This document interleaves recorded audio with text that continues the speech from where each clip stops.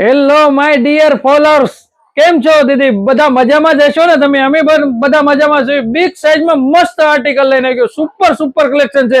તમે જોઈ શકો છો. દીદી ઓપન કરીને બતાવી દો. બિગ સાઈઝ રહેશે, મસ્ત મજાના આર્ટિકલ છે.